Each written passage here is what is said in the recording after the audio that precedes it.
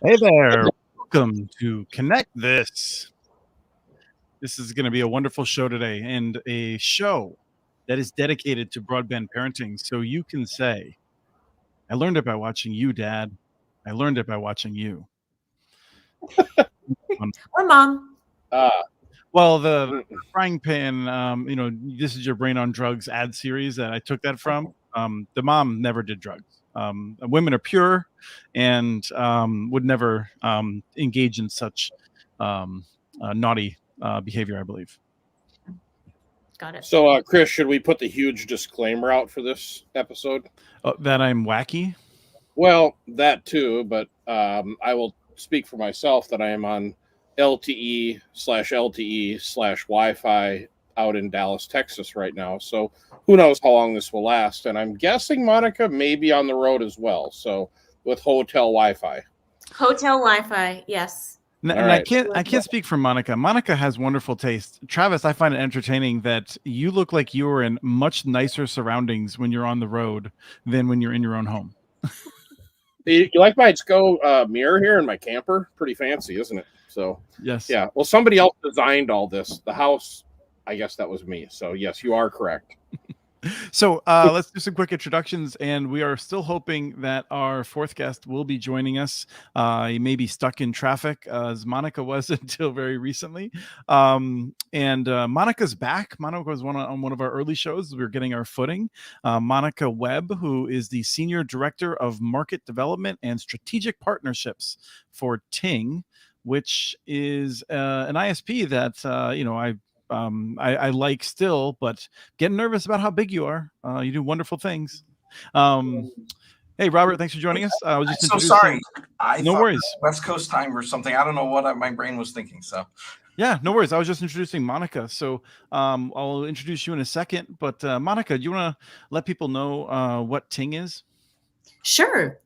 Ting is actually a subsidiary of Two Cows, and if you do know what Two Cows stands for, I will give you a special call out because it gives you some pretty significant nerd cred. But it was one of the original internet companies back in 1993. It was founded on the premise of increasing affordability and accessibility of internet to the masses. And that's still, a very foundational value of Two Cows and its businesses today. We do other businesses. We're also the second largest domain registrar in the world, and we also have a platform for mobile and soon to be internet services. And Ting Internet started in early 2015.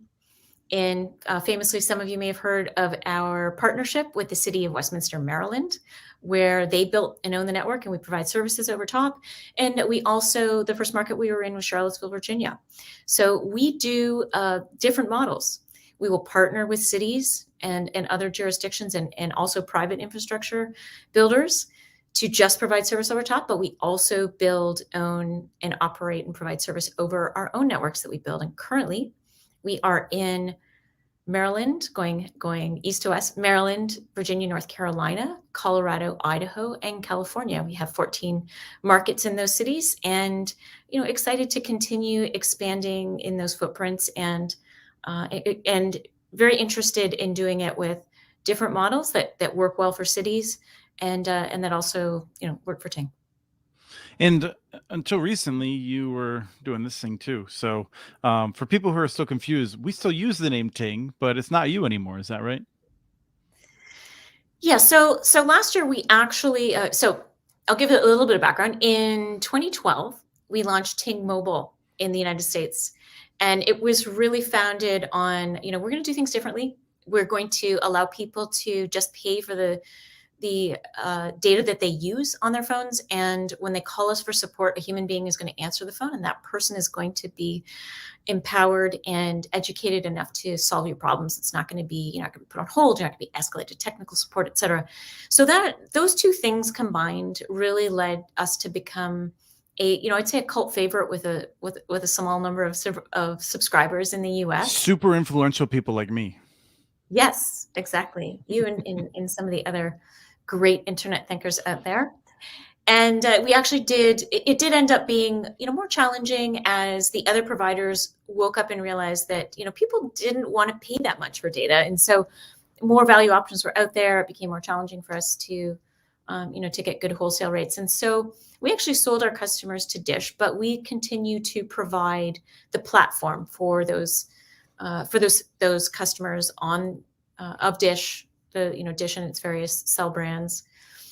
And that platform will also be available for other cellular providers to utilize to provision and bill their customers. And we're also going to do the same thing for ISPs in the internet space. That is something that Ting will be the first customer of that platform. It's called Wavelo. We announced it last week, and that's also another exciting development with the company. And I would say everything really hinges on the fact that one of our core competencies is software development.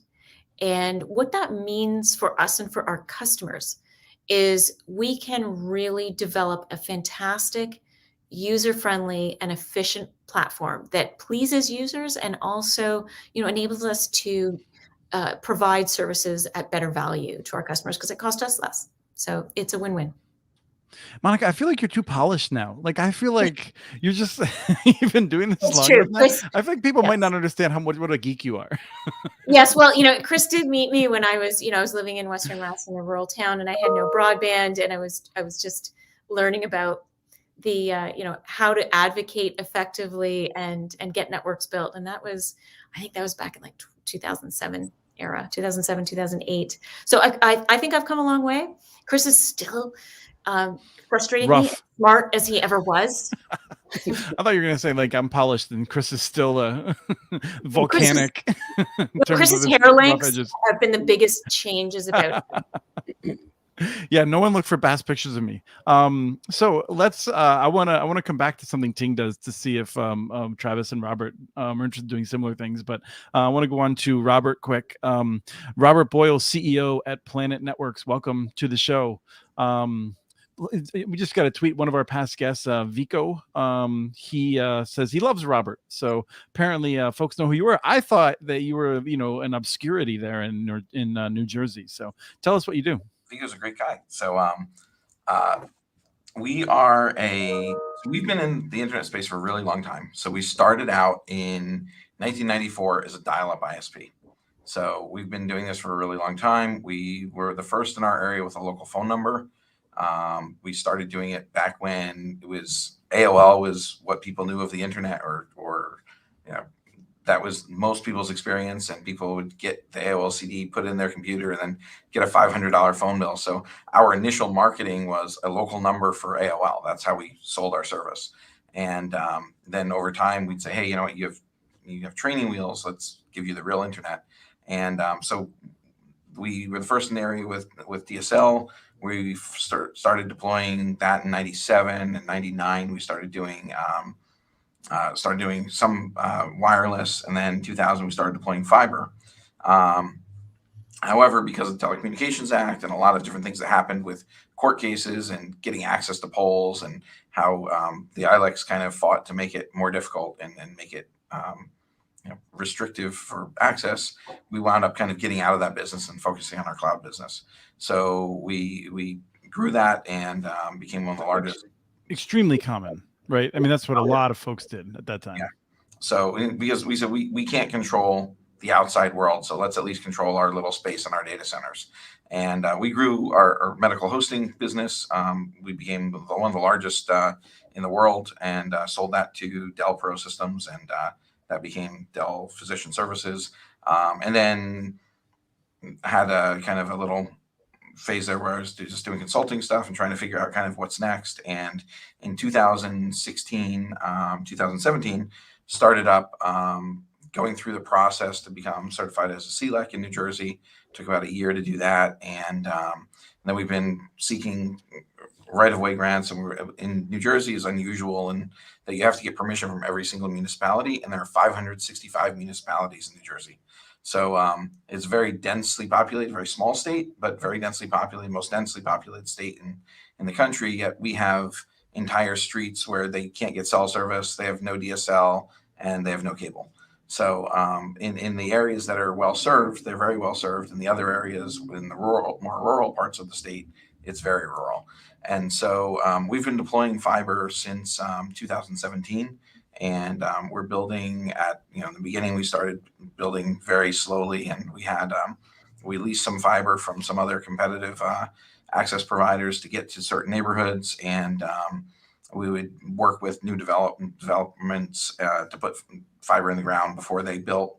And lately, last week we hung, I think, 16 miles of fiber last week. So we're really accelerating a lot now, and we have many towns that are 100% coverage. We have we're working right now in about 20 different municipalities building out network, and we probably have right now we have a waiting list of over 50,000 people who want our service who we can't serve yet. So it's and we offer very reasonable rates. Gigabit, we're starting to deploy XGS-PON for 10 gig service, and we're very competitive, and we don't charge any installs. There's no contracts, so our customers love us. We have like solid 5-star ratings and everything, and people very rarely ever leave our service. And we serve municipalities, nonprofits, businesses, residential, pretty much anyone who wants to be a customer will provide a service for them. So. Excellent. And then before we lose him again, we temporarily perhaps have Travis Carter, the longtime co-host and the champion of learning by doing at USI Fiber. Oh, no, sorry about that. The phone hasn't rang all afternoon. Within 4 minutes of starting, it's rang 4 times. So I thought maybe you're having a connectivity issue as you're sampling the different wireless options. Yeah. So Robert, I got 2 LTE services and Wi-Fi right now, so we're hoping to survive an hour. It's amazing how spoiled you get when you have proper fiber connectivity. So, well, last night I should have brought my scarf. I was at the U.S. men's national team and game here in St. Paul, Minnesota, where we set the record for the coldest soccer game ever, and an even more impressive record, the stupidest soccer game ever. As there's reports that 2 of the Honduran players had to be treated with for hypothermia. It was dang cold. It was really dang cold, and also Verizon didn't work. Yeah, why? Why would you do that? Well, if people are doing something really historically stupid, you want to be there to say you were there, as people talk about that for years and years and years afterwards. So, well, I want to ask Monica. She said if we knew what 2 cows stand for, we were like nerds. If we've actually used WinSock as our only means for IP, are we super nerds then, or what? So you're a whole other caliber of a whole other caliber of nerd cred there. Like all right, so I think we have Jim, Robert, and myself who are WinSock veterans. Yeah, that's Chris. Did you ever use WinSock? No, I did not. Oh yeah, I did. Before spoiler for those who are listening, WinSock is the W in 2 cows. Yeah. Yes. And it's not Wind. Let's be clear, it's not WindSock, it's WinSock. Yeah, Windows TCP sockets.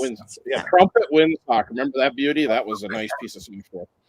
Yeah. So I just wanted to finish the topic, which was that Verizon didn't work last night in the stadium, even though there's amazing Wi-Fi in Allianz Field, and a lot of people were offloading on that. Even that, just a reminder that that wireless thing is still it's always the future because it's never the present, I guess, maybe. So interestingly, we do the wireless at Scott Stadium for UVA, which is a football stadium, and JPJ, which is their basketball arena, and there's a multi-gig fiber pipe into both of those facilities, and then it is mesh Wi-Fi access points in both of them, like hundreds of them. Right, that's probably like a capacity of like 60,000, at least 40, 50,000, I'm guessing. Yeah, it was 19,000 last night. Beautiful. 19,000 people. Like, it's not that many people. Well, it's the difference between relying on LTE versus an integrated Wi-Fi mesh. Mm-hmm. Probably. Yes, no, I'm sure that's the case. And sometimes they bring in temporary the cows, I think they call them, but only one, like multiple cows, not 2. Right.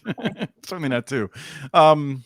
All right, so there's a lot of things that we want to get at today. I did want to break the news to you guys. I'm worried about your businesses.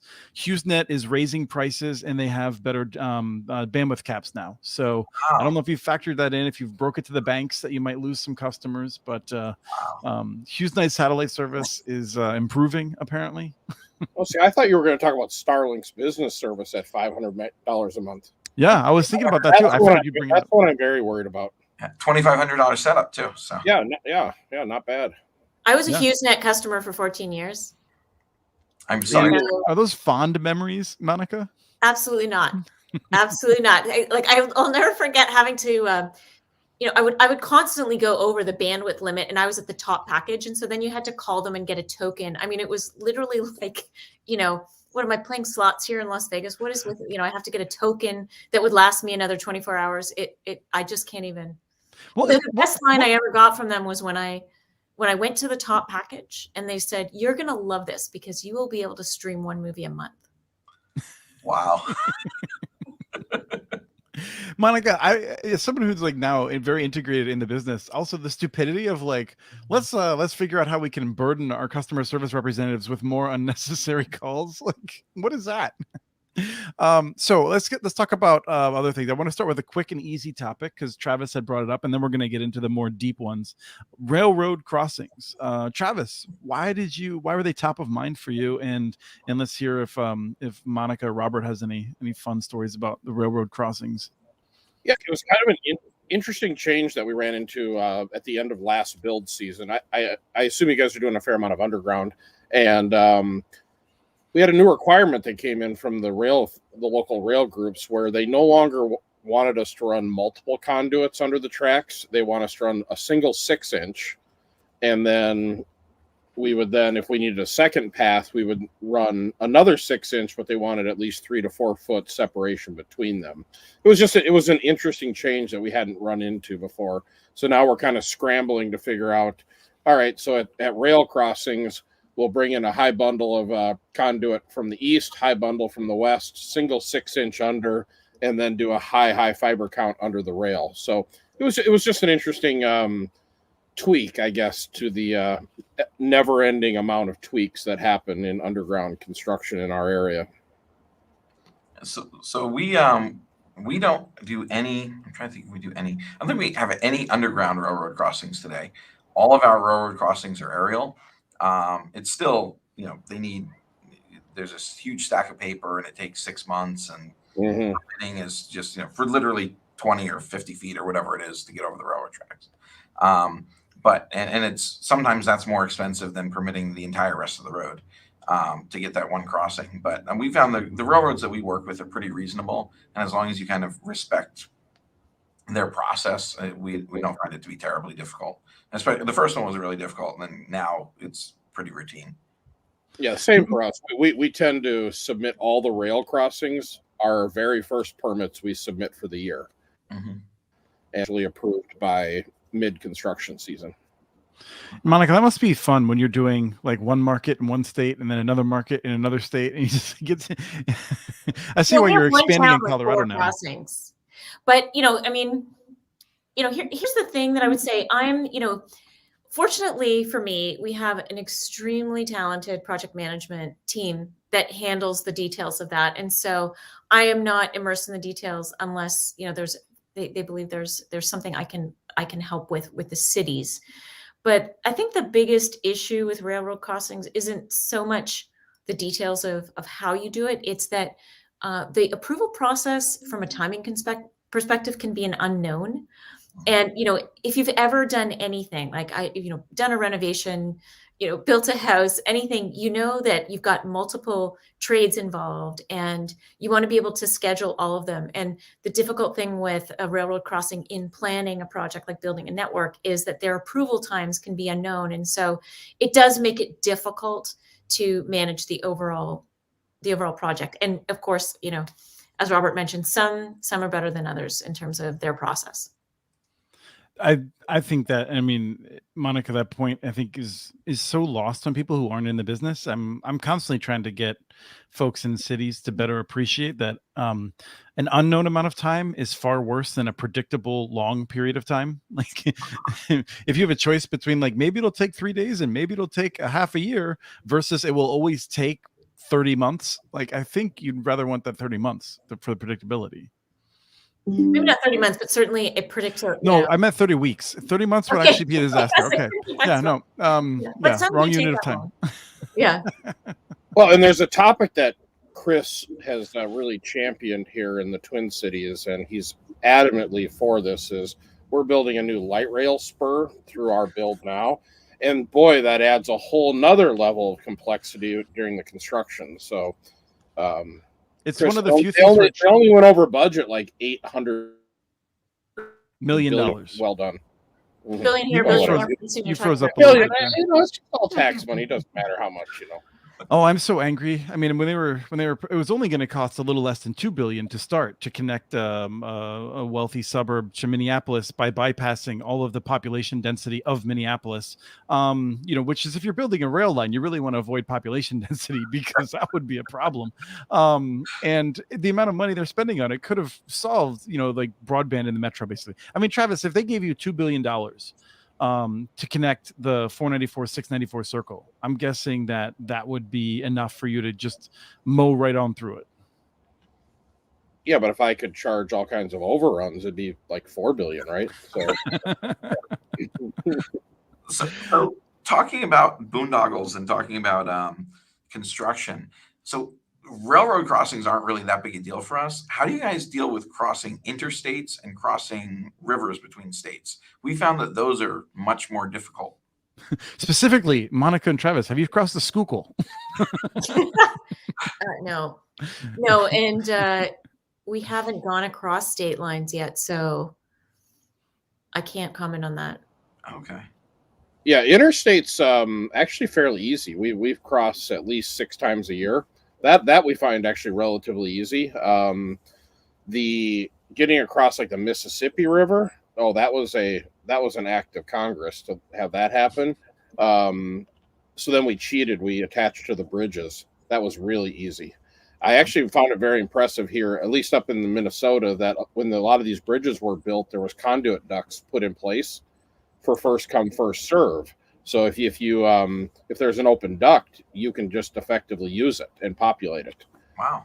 Yeah, but actually getting under the, oh man, but it's probably very similar to what you said about the rail. It's probably the first time's the worst, and then once you know the process and timing to it, maybe number 2 isn't quite as bad.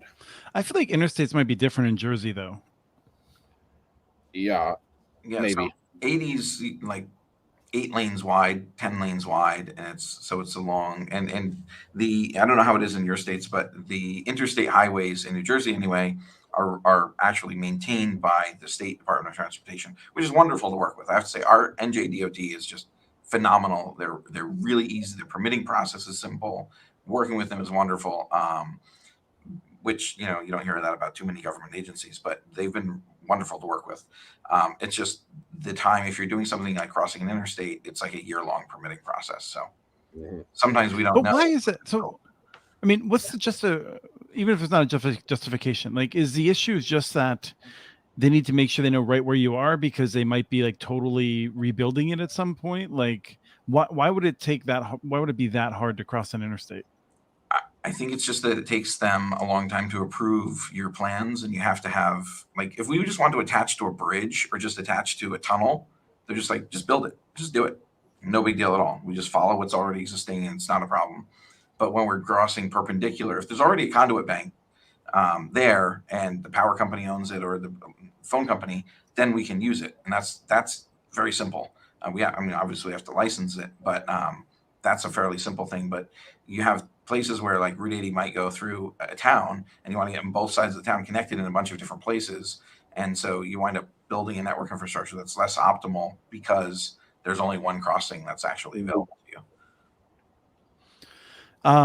So let's talk about the issue that I feel like is I was most excited about when I was pitching both of you and asking you to join the show, which is Monica, you just announced a whole new project. You're rapidly building in a number of different areas. And Robert, I think, did you say you just added 3 new crews? What was the Yes, today I bought another placer truck. We have 5 more that I have to go pick up, and we're adding people as fast as we can find them. We've got like 10 or 12 crews out there building every day. So, and as Travis said, building season, like it's snow on the ground. We don't care. We just keep building. We build, every single day of the year. So my memories of that part of the country, it's slush on the ground usually. yes, we don't get 3 feet usually. So. And Travis, when was the last time you doubled in size in terms of your build? This will be another double for 2022. The one prior 2016. Okay, so 6 to 7 kind of tranches to double up. Okay, so let's start with you, Monica. You're adding a whole new team in Colorado Springs now, and I don't know, maybe that's different because the city's going to do a lot of that work, and you're going to be working with them. But what are your challenges right now as you're increasing in size and trying to ramp up?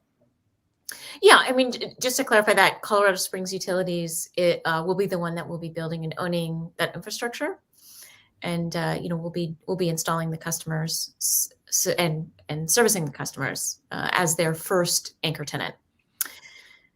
Okay, so let's look at Culver City then. For instance, I mean, Culver City, you're building, right? And trying. Yeah, we're building in Culver City, and and hopefully more places in California. So we do have, we hired somebody a few months back with a lot of experience with managing inventory and supply chain. And, we have really started to, we already had some very strong existing relationships with vendors of key components. And he has, we are ratcheting up the ante there with strategic relationships with our vendors. And we have also stockpiled quite a bit of inventory to make sure that we're able to build when we need to build, and we have those materials available to us when we need to build. So, I think that's probably the strategy everywhere. I will say that pre-pandemic, we were already contemplating having redundant supply chains in the event that something like this happened. So fortunately for us, we were somewhat prescient in making sure we had redundancy of supply chains and making sure that we had adequate inventory, prior to scaling up. And then the pandemic happened. So we've been somewhat maybe better positioned than some others. Is there someone on the team that can take credit for that? Where they were like, like 3 months before the news broke in China, they were like, "Hey, you know what? We should be prepared for this." And then 6 months later, everyone's like, "This guy's a genius," or "This woman's a genius." Well, I will say, we as Ting has grown, as our operation has grown and scaled, we've really brought in the A team.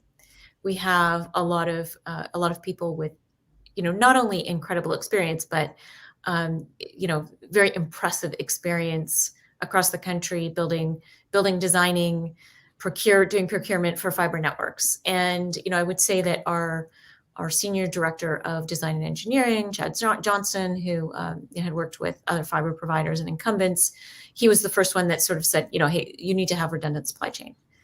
So that was pre-pandemic. So that was helpful there. And then we also have a new VP of inventory, that handles all the inventory, Paul Pine. And again, he also worked at one of the prominent other fiber providers. And the two of them have really managed to make sure that we are well positioned to be able to scale and have the inventory on hand that we need. Now, as a public company, I know that this is public knowledge, but I don't know what it is. How many customers do you have across all the markets? If you can hold on. Yeah, sure. I was just curious because I feel like while you're digging that out, because I feel like it's weird because I feel like you're massive in that you're operating in different states and doing this different stuff, but like the actual number of customers you have today, I think is not like out of whack with what Travis has and probably what Robert's anticipating to get to, if I've read everything correctly. So as of the end of 2021, so December 31st, we had just under 26,000 subscribers. Yeah, so like that's totally the same ballpark of Travis has more than that, and Robert, I'm guessing you're in that area. Is that right? Not there yet, but probably by the end of this year, we'll probably be 3/4 of the way there. So. Yeah. So it's fascinating too. I mean, because like Monica, you seem like you're a much bigger company because you're operating in all these different places, and your addressable market is pretty similar to these guys. Well, I'll defer to their experiences, but it takes time to build these networks. One of the things is we've evolved towards, we had done aerial in one market, and most of the other markets were traditional boring and trenching. We're now evolving towards micro trenching because it is 4 times faster. There's an urgency to deploy from the demand from communities, and also works for our needs better. And you're working in warm places. And we're working in places where you can micro trench year round, most of them, not all of them. But as a result, it takes time to build these networks. So you're building them, and as you're going, you're acquiring customers. But generally, for a network to get built and then acquire customers, that's and to a real scale, is a few years in most markets. So it's although we're building in lots of markets, I anticipate that we'll see the customer bumps really start to escalate as we finish those markets and move on to others. Robert, I feel like the way you listed off what you're doing, it seems like I would guess maybe if you go back to talk about the supply chain 3 months ago, you might have been thinking it's harder than it's been. But is that true? What's it like as you're expanding? Well, over the past 2 years, we've basically become a manufacturer. Most of the equipment that we use is stuff that we have contract manufacturers for that we build ourselves. So like all of our taps, all of our drop cables, all of our connectors we use, all that stuff we actually have manufactured to our specifications, and I design most of it. So we're not buying anything from like Corning or CommScope or anything anymore. We're just building with our own stuff, and it's been working great, and we don't have any supply chain issues at all at this point. So, and we're also our backbone fiber stuff. We got on a schedule, so we have I've put in POs for next year, next spring. We have deliveries coming, so that stuff is all allocated already planned in production cycles for the manufacturers, and we're getting that stuff on a steady cadence. Like every 30 to 60 days, we're getting a container with like 40-foot container filled with fiber. So come to our door. So. But with talking about the labor, are you facing constraints there? Labor wise, yeah, absolutely. You can't find anybody to work, and we're our basic, lowest paid people who are just starting with no experience are making $15-16 an hour with full benefits, health, dental, life, and medical, prescription, 401k, with 4% match and everything, and you can't even get people to show up for interviews. So it's pretty crazy, and our existing people are working hard and doing a great job, but the labor shortage is real everywhere. So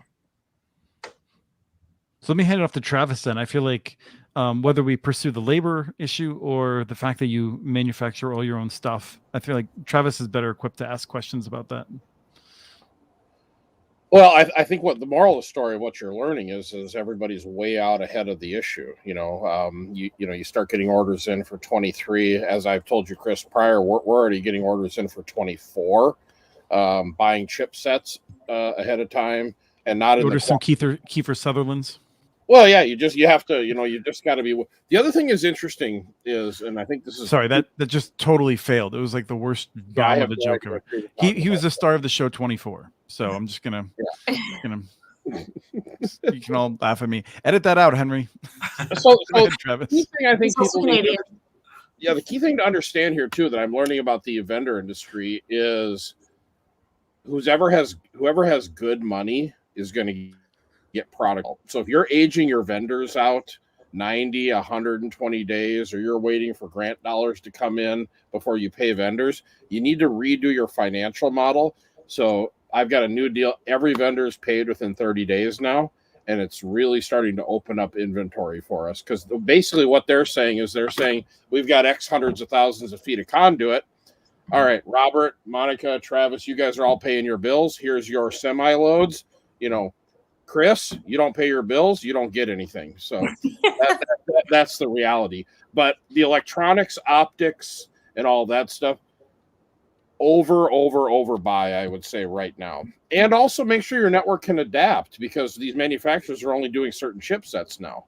Mm-hmm. So you may not be able to have the same SKU forever. You may have to adapt on the fly because there's a new SKU that's available than you need to work in putting it into your network. Mm-hmm. So it's going to be an interesting. There's no doubt about it. Monica, when you're trying to figure out your ordering, I mean, you don't even know necessarily which markets are going to come through as you're negotiating with different folks on different partnerships and things like that. Does that make it more difficult, or is it just a matter of you have a sense of how much you're likely to be building in the next year, 2 years, 3 years? Yeah, we have I would say it's a pretty comprehensive process around determining timing and probability of markets. We have a very, very in-depth, we're Tucows is a publicly traded company. So we have a pretty in-depth budgeting process where we go through all of that, and we break it down by what we're likely to be building by quarter. And that really helps drive our inventory. Now, I will say when we're negotiating with cities, that's obviously a process when we're working with cities and making sure that we both of us want each other as partners. That we don't always make the announcement. Like the announcement we make when it's a public announcement, because again, we're publicly traded. It's when it's finalized. We try to start building as quickly as possible after that announcement. So there's not a huge time lag. And I think in early days we operated a little bit differently, but now we make the announcement and we file the permit the next week. So it's everything is happening in very close succession. So that makes the future planning easier. So hey, Jim wanted to know, Robert, are you building your own ONTs? We are not yet, but we are exploring that possibility. Okay. Are you guys both rolling out GPON networks, or are you rolling out active networks? So everything that we're doing from a consumer level is, and small business, is all GPON with a 1-32 split. Okay. And then everything that we do kind of on the higher end carrier, like we do backhaul for a lot of big networks, and we do wholesale services and stuff. So that stuff's all point to point or dark fiber, depending on what the client wants. Are you evolving into XGS-PON now? Is that your next step? Yeah, so we built our whole network to work with XGS-PON, and we're not doing an overlay, but all of our new POPs that we're building are all XGS-PON. And then we'll come back and do an overlay over some of the existing ones when the demand gets there. Did you increase the splits? Did you increase the split size then, or are you still at 32? We're still doing 1-32, and the reason for that is the economics work both ways. And so we think that there's kind of more future overhead. We're also a member, I don't know if it's official yet, but of the 25 gig SGS or 25 gig PON consortium. So we're kind of planning on that being the next step after XGS PON. So, gotcha. Monica, you were going to say something? Monica, what do you guys? That's what we were doing. Like I'm not a network engineer, so I don't want to make a lot of comments at a turn, but definitely we're building XGS PON. Okay, yeah. Big swing in the industry heading that direction. Well, which I think is actually smart from even from a procurement standpoint. Is there'll be a fair amount of XGS equipment out in the field here, or in the market, I should say.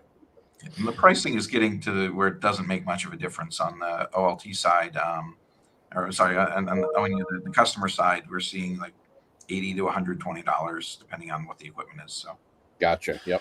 So I was wanting to go back for a sec to see if I track that a little bit. In switching from in GPON, you typically have a 1-32 split. You're splitting, one fiber 32 ways, and you share all the bandwidth. With XGS PON, you could actually do like a 1-28. Is that right? And then 1-128, and then you can still deliver a lot of capacity that way, but you don't want to change that split down. So what I'm guessing. Looking at it from the future standpoint, that right now we have so much bandwidth, because if people are getting 1 gig service and you're oversubscribing, so regular GPON, for anyone who doesn't know, it's 2.5 gigs down and 1.25 gigs up. And then so you're splitting that. If you're selling gigabit service, you're oversubscribing 32 times. If you have 1-32 split, if you have a 1-64, it's 64x or whatever. So, I mean, it's not quite, because you have 2.5 gigs. So let's say one person can get full gig while the other people are sharing the 1.5 gig or whatever down. But I think that if you say, okay, well, now that's what we're selling today. We're selling 500 meg service, 300 meg service or whatever, and gigabit service. With XGS PON, we have 10 gigs up and 10 gigs down. We have so much extra overhead. let's switch it to 1 to 64, 128. I don't have a problem doing that at the CO side, but I don't want to do that out in the field, because in the future, as bandwidth requirements change, people want things in 3D. Who knows what other applications come up in the future with virtual reality stuff or whatever, where you need a lot more bandwidth. And we're going to have the same issue they have now, because 10 years ago, a gigabit was just a massive amount of bandwidth, and now we're saying, hey, that's not really enough. So. Right. You don't want to send someone out to the neighborhood to have to touch everyone's home. Ultimately, that's the disaster. Right. Yeah, exactly. So. Okay. So one other quick question, which was building your own ONTs. How exactly does that work, in the sense that, like, one of the things that I've always been perplexed by is that, like, GPON is a standard, except for the fact that, like, Adtran and Calix and Nokia don't, like, interact. So it's, like, not a standard. But, like, can you just, if you're an Adtran platform, can you just build your own ONTs and start throwing them out there? How does that work? So I don't know if you want to take that, Travis, or you want me to take that, or yeah. Well, I'll give you go ahead, and then I'll give you my impression on that.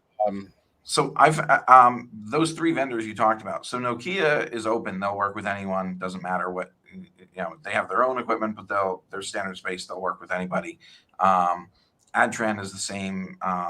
Calix is very proprietary, and they want you to use everything Calix. So with Nokia or whatever, they're open, and you can pretty much use any standards-based chipset, and it should work. So, I mean, I haven't used everything out there, but our interoperability testing and stuff that we've done, most of the 10 gig stuff is a lot more compatible than the standard GPON stuff. Yeah, but XGS-PON is, from my understanding, is substantially more open. Yeah.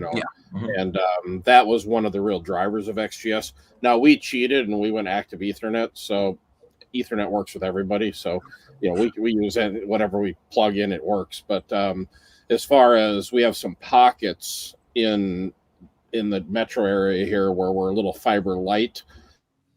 So, believe it or not, Chris, we're going to try our first XGS-PON deployment this summer. I'm gonna see how it goes. So are you really gonna do it, or is this gonna be like a Terragraph thing? Did you ever pop Terragraph up somewhere? No, never put Terragraph up. Never put in, what's that other one that everyone's talking about now? Tarvana or something? Carvana? Tarana, I think Tarana. Yeah. No, never. I used to live in Tarana. Say that again, Monica? I used to live in Tarana. Toronto, yeah. But we'll see. I think XGS actually has some traction. It's 10 by 10, I believe. So I think it'll be interesting to see. But I think I'm with Robert. We're gonna do a 32 way split. See how it goes. Well, so my understanding. I mean, my mentor and a lot of the tech stuff is a guy who was super into the PON work, and his argument had always been that PON is going to win because you have AT&T, Verizon, and others who are using it, and so the cost is always going to be really low, because even if it's technically not as good, it's going to be tons of money for development, and it's going to be cheap equipment because it's moving in such large bulk. So I decided to throw that out there. I would argue, in Travis's case, if he's able to put fiber in the ground at a reasonable rate, you're never going to beat an $11 SFP for 10 gig. I mean, no matter what the ONT you're using is, it's going to be more than the optics. So, and you can get a media converter for $10. So, like, you're talking about $20 for the CPE if you're doing active Ethernet. And you can use literally, at least, it's anyone's. So the reason we do it is because we're doing a lot of rural areas where I use 12 count drop cable to go 4 miles down a road, and I can split that and serve 10 different neighborhoods with that. And it reduces our build costs significantly, and we're still giving people great service. One of the, I think Jim Troutman, commented and said he's doing 164, and we'll probably do the same thing. We actually have some rack mount little boxes that we made that are 1x2 and 1x4 splitters that we use in the CO that we'll probably use in the beginning, but we'll still build everything out in the field as a 1x32. We'll have a 1x4 splitter out in a splice case somewhere, and that feeds a bunch of trunks that are feeding 8-port tap cases, because that way in the future we move a patch cable and now we have 1x32 at the equipment end. So that makes a lot of sense, especially as the OLT ports are very expensive still. So relatively. I would agree in your rural application that your PON strategies, we're right in the metro area, so density is But I'll give you one negative on Active E is when somebody gets into one of your high count backbone cables, oof, it takes a while to splice 3,456 fibers back together. And that's for sure. So you got to be so your due diligence on underground and marking and watchdogs has to be spot on.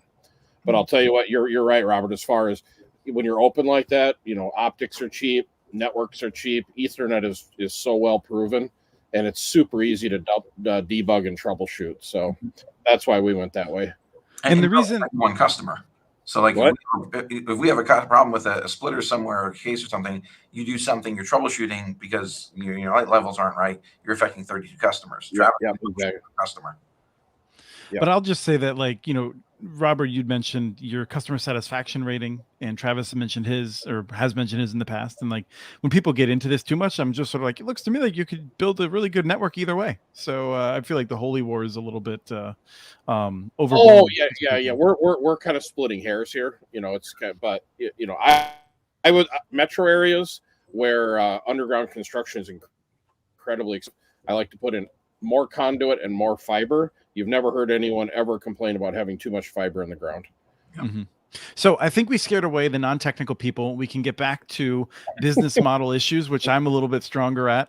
Monica, can you give us a sense of how the Colorado Springs partnership's working? Because it looks really cool.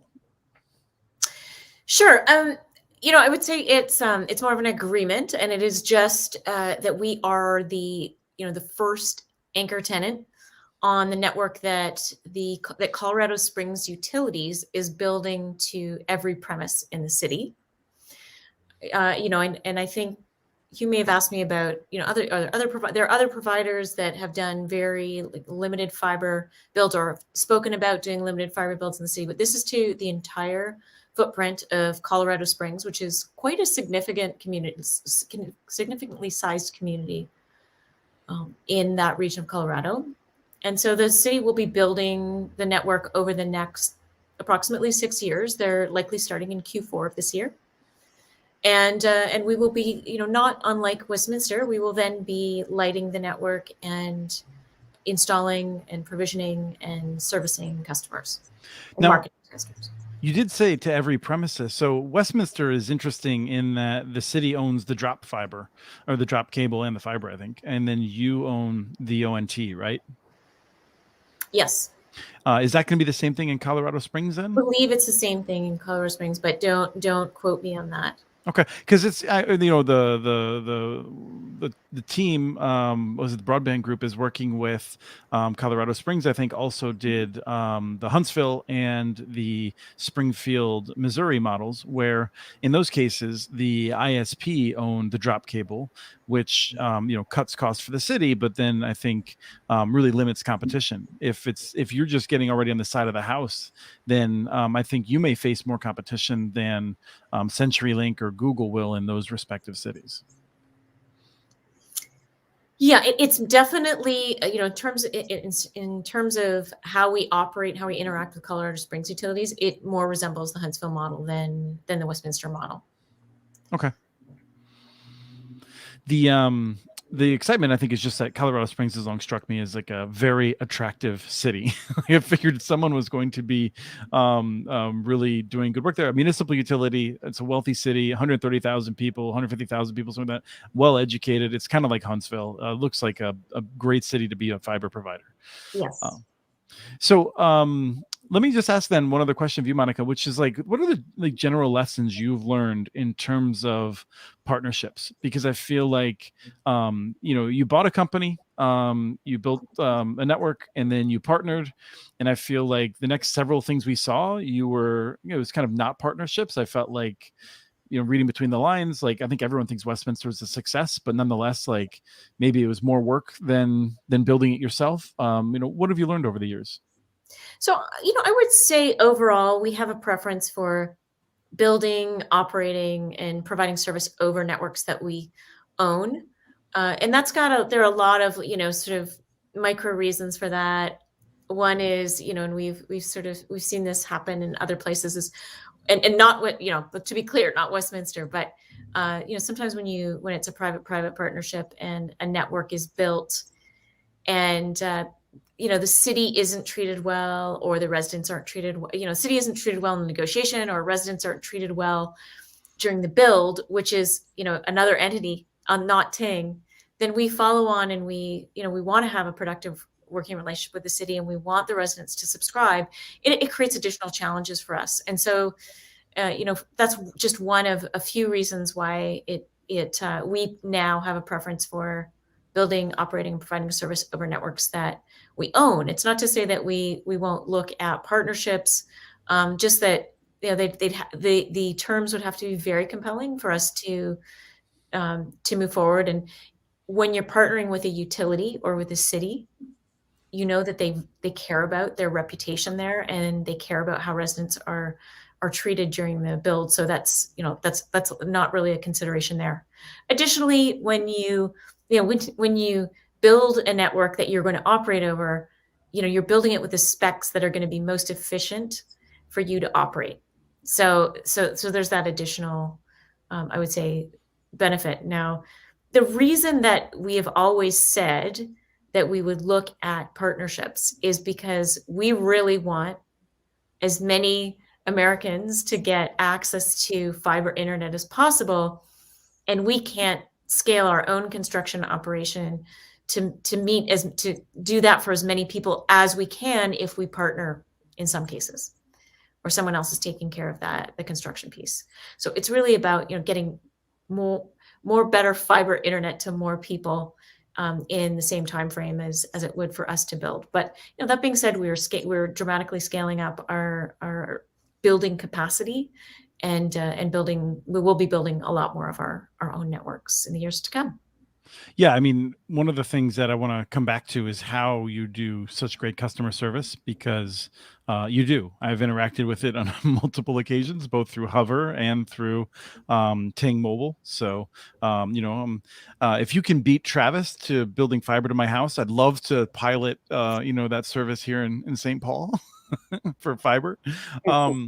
Robert, now when you and I talked, one of the things that you were excited about on the panel in New Jersey was you were very much open to the idea of partnerships, but I don't think you've done many yet. Is that right? So we in our state, there really aren't too many municipal utilities. There are two that I know of. One's in Vineland, New Jersey. The other one's in Butler.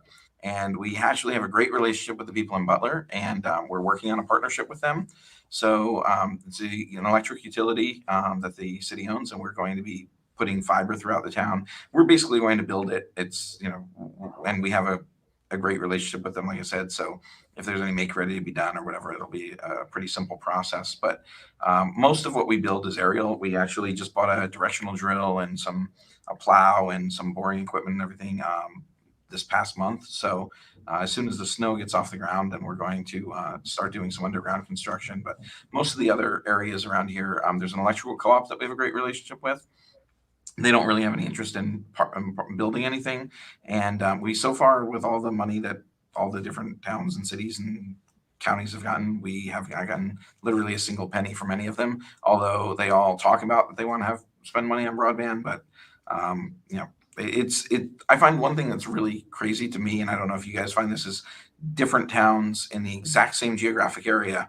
One of them be very hostile to us and not want us to come in, like, oh, we already have 5G, we don't need you, or we already have cable, we don't need you. And then the other ones are literally begging us and saying, what can we do? We'll do anything we can to help make it easier for you to come into our town. And the two towns are literally right next to each other with the same demographics, same problems from a connectivity standpoint. So, but kind of a roundabout answer, but we're planning on doing our first one this spring with the Butler Power Company. Yeah, when you mentioned that a lot of the towns want to put money into it, but they don't get around to it necessarily, it just reminds me that I want to have a healthier diet. I really do. Like, I think about it a lot. It's just, at any given moment, it doesn't seem like the best use of my time. It's really hard. And Travis, I'm just curious if you want to reflect on any of that as you've thought about partnerships. We've talked about it over the years. Yeah, the model that I liked was the conduit model. We've used some conduit that cities have put in the ground. but other than that, I tend to like to control the end-to-end experience. And so if we utilize somebody else's fiber, the goal would be to overbuild it within a few years and move those customers over to our own network. Mm-hmm. But I do find what Robert said interesting, because there's all these, apparently all these mythical government dollars floating around, and I have a sense that the individuals on this call, including myself, will see very, very, very zero of it. So I don't know. I mean, I'd be curious. I mean, this is one of the things that I think where Monica, where you being in so many different places, it wouldn't surprise me if in Virginia, some of the places around Charlottesville are giving you a call to figure out what it would take to get you to expand. There's areas where I could imagine, you're it's up to you whether or not you'd get some of that money. Yeah, I mean, what I say, Charlottesville's a really interesting city in that the city itself, there's a core that's the city, but then there are people outside of the city limits that also have Charlottesville as their mailing address, but are technically in the county. So there are a lot of people that we can still expand to that are, in call it the Charlottesville greater regional area.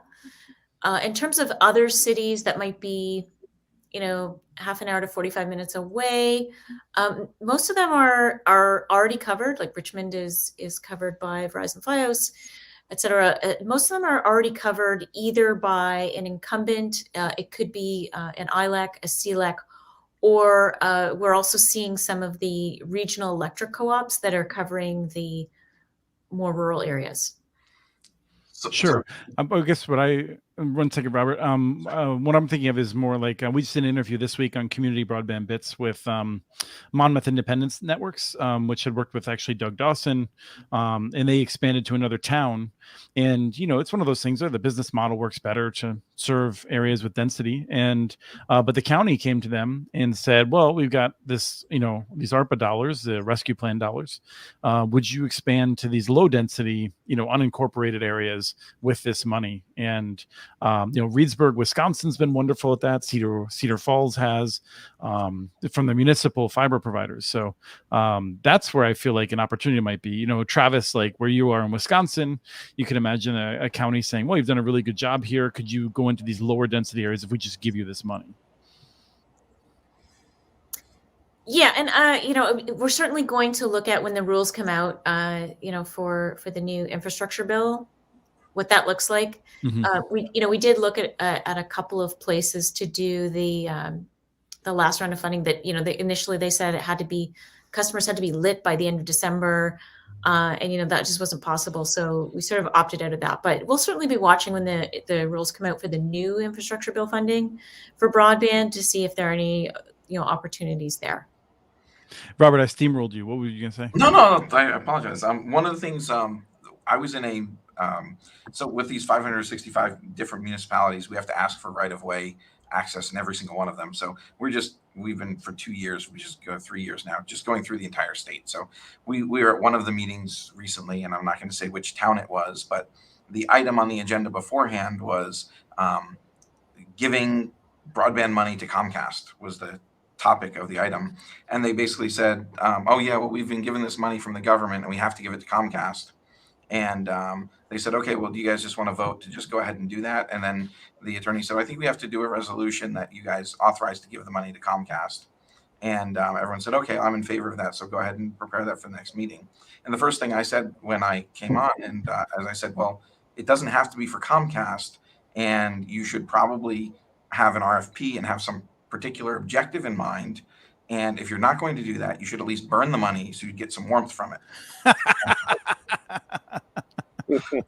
And yeah, I've been interacting with the county, and we came in and we're sort of like getting our bearings, and all of a sudden we saw there's a resolution to ask to spend some money on a connection with AT&T to build out to 90% of the population.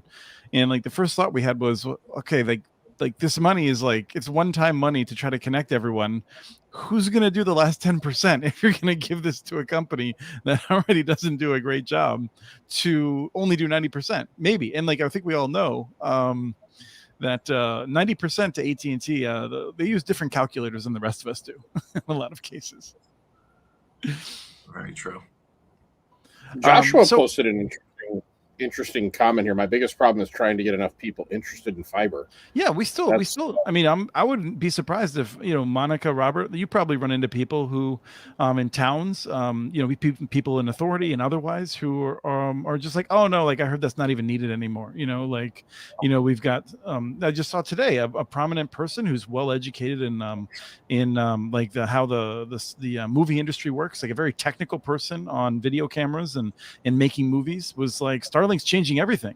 And I was like, Starlink has 145,000 customers in the entire world, and next year they're not going to have very much more than that. Like, they're not changing everything. What are you talking about? Like more people have rural fiber, like in a given month than Starlink's connected people. I don't know, but anyway, so yeah. I'm not getting. Let's talk about ignorant comments. I'm not hearing about Starlink from anyone, but I will say, except for people that I know who live in rural areas who've said it is much better than the former satellite internet options. But that was before HughesNet raised their bandwidth caps. Now they're going to be competitive. Just Monica knows. Yeah, I no longer HughesNet customer, so it doesn't matter. But yeah, I don't hear about Starlink. I think what I do think we still need to do, though, is make sure all municipalities and the staffers and elected officials understand the difference fiber can make to their community. That's still something that that I work on educating. I still get people who, they think wireless is going to do that, and they think they just have to sort of deal with and live with the teleco and cable options that they have. Mm-hmm. The biggest thing that we run into is one of the things is people say, oh, well, 5G makes fiber obsolete. And I said, well, whatever wireless it is, it's always a generation behind. I said, so 5G is going to give you gigabit connectivity. We're giving you 10 gigabit connectivity at minimum. And, by the time they actually roll that out, we'll be higher than that. And I said, so whatever the current fiber is, wireless is always at least a tenth of that or slower. And I said, the other thing is, they a lot of times will say, well, but you offer TV. What is it that you do exactly? And so they don't really understand. It's just completely beyond the scope of most people's thinking that there's another option other than cable and telephone. So the fact, okay, well, what are you doing? You're doing that for businesses? No, we're doing it for everyone. Everyone in the entire footprint that we deploy in, we can provide service for, and they don't need the cable company or the phone company anymore. And people wrapping their heads around that is difficult sometimes. And so you have to explain it like 4 or 5 different times in different ways. So I absolutely agree on that. I also, Monica, do you have a meeting 3 minutes ago? Oh, yes. Well, it's starting at 3:15. Okay, so we are going to be wrapping up, but I did want to bring in one last thing that you do, and I just wanted to get a sense of how Robert and Travis react, which is, I don't know, it was about a year ago, I feel like, maybe roughly, where if you interact with your customer service through Two Cows, any related companies, you talk to a person and they first sort of like, what's your problem? And then you explain it, and like you said, they understand it. These are educated tech people who are empowered to make decisions, and rather than complicated ways of trying to figure out if they're able to access your records, you have a system now that pretty effortlessly allows them to get my permission to unlock the record for some period of time where they can have access to my account. I assume that's for some sort of like account safety kind of thing, but to me it seemed really elegant and nice and comforting. And I don't know if you want to say a word about that, if you're familiar with it, because maybe I use more Ting products than you do. Unfortunately, I've never lived in a Ting market. I certainly had have a Ting cell phone in the U.S., but I think I would just say from a broader perspective for Two Cows, we have, I think we have fairly tirelessly in starting with the domain space, because that's where this was, that's where these issues initially came up. But certainly across our company, everything that we do, 2 things that are really important: consumer privacy and net neutrality. So I'd say, that being elegant and being only for a limited time, that really is about our dedication to consumer privacy. And we do have these, great tools that help people sort of control their experience as much as they can. That's one of the things that we noted when we launched the cell phone company, is people wanted to better control, their usage, have better visibility into what they were using, better control over, other people on their plan, et cetera, things like that. So that's having a software, having the capability to do the software development work that we do enables us to customize our platform more nimbly and better for what people are looking for. So I know that's not specifically about that feature, but I would say that is reflective of our general attitude towards, respecting consumer privacy is really important, we believe, and net neutrality is a different issue, but also that we can develop features that help people feel more secure and more in control of their experience.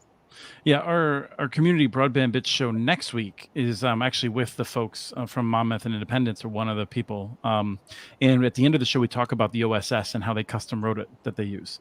And it's I think it's kind of interesting. And I just wanted to throw this at Travis and Robert to get a sense of, whether you use any special tools to ensure customer privacy, or how you think about that. Travis, I don't know if you want to go first or. Oh, no. Yeah, go ahead. So everything that we use is custom, and that has been a key differentiator for us for 20 plus years, is having our own software and being able to control the experience. If we need a tool, we build it. And if our customer has a good suggestion, we say, that's a great idea, and we build it. Because all the stuff that's off the shelf, and I apologize if any of you had any part in any of the off the shelf stuff, is all garbage as far as I'm concerned. So we haven't seen any good commercial software for companies like ours.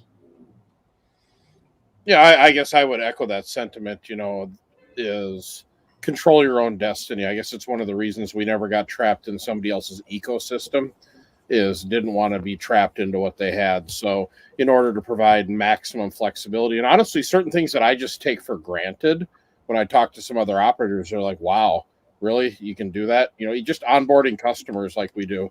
The theory I always had is you should have your internet live within 5 minutes or less, from the time you decide to have it, to decide to buy it, and not make it difficult for people. So it's the mantra we try to use: be the customer, and the tools that we build would be tools that you would want to use if you were buying service from us. Excellent. Well, I really appreciate everyone jumping on today. It's been I think a good in-depth conversation, like the kind that we like to have at Connect This. So can we do one last compliment to Hotel Wi-Fi / dual LTE Wi-Fi on the road here? It survived the 1 hour and 7 minutes. Monica's Wi-Fi definitely wins. Travis, yours certainly did better than it when you were in Michigan.